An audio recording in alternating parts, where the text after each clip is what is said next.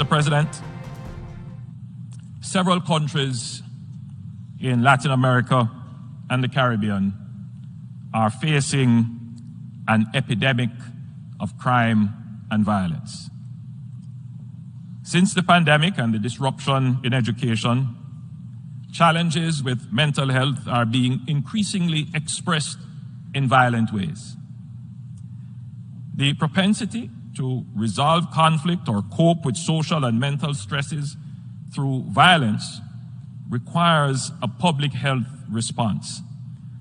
And Jamaica has not only engaged in global initiatives such as the Partnership to End Violence Against Children, but we have recently empaneled a National Commission on the Prevention of Violence to advise the government on building out an articulated public health and social service response.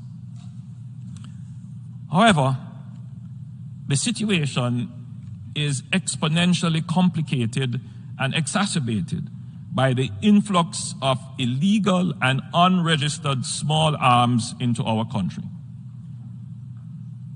From organized transnational criminal enterprises to street-level gangs to the misguided youth in the inner city, the availability of guns is driving an ever-increasing homicide rate.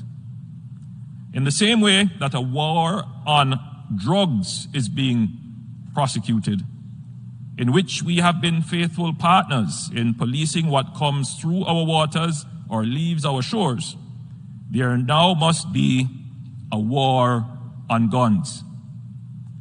Jamaica does not manufacture guns, but our population suffers from the effects of widely available guns.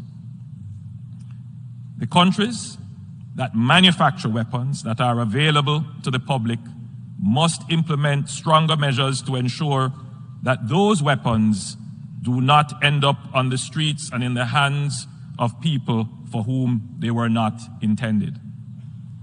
In the same way that there is a concern about illegal drugs on the streets of the rich countries, there must be concern about guns on the streets of developing countries like Jamaica.